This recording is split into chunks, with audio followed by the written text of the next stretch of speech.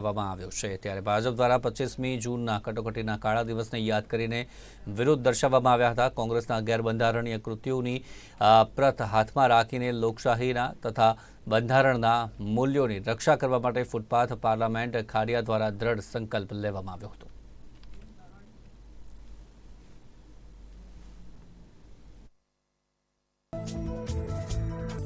श्री राहुल गांधी जी समग्र देश में બંધારણની એક કહેવાતી રેડ બુક લઈને ફરી રહ્યા છે।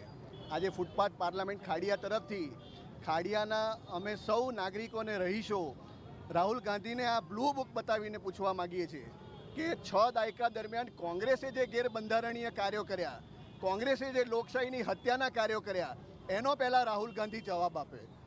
આ ખાડિયાની જનતા, અમદાવાદની જનતા અને ગુજરાતની જનતા આ દેશના જનતા દ્વારા રાહુલ ગાંધીને અને કોંગ્રેસને પૂછવા માગે છે કે પહેલાં તમે જે આ 6 દાયકા દરમિયાન દેશની લોકશાહીની હત્યા કરવાના જે કાર્યો કર્યા એને અમે આ બ્લુ બુકમાં વર્ણવ્યા છે, એનો તમે જવાબ આપો, દેશની માફી માગો।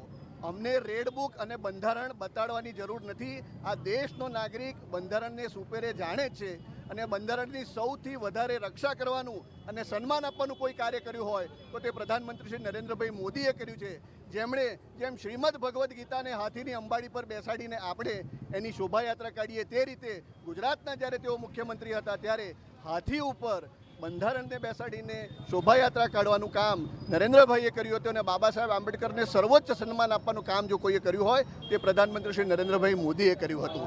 એની અમે આજે રાહુલ ગાંધીને આજના દેખાવો દ્વારા યાદ અપાવવા માગીએ છીએ।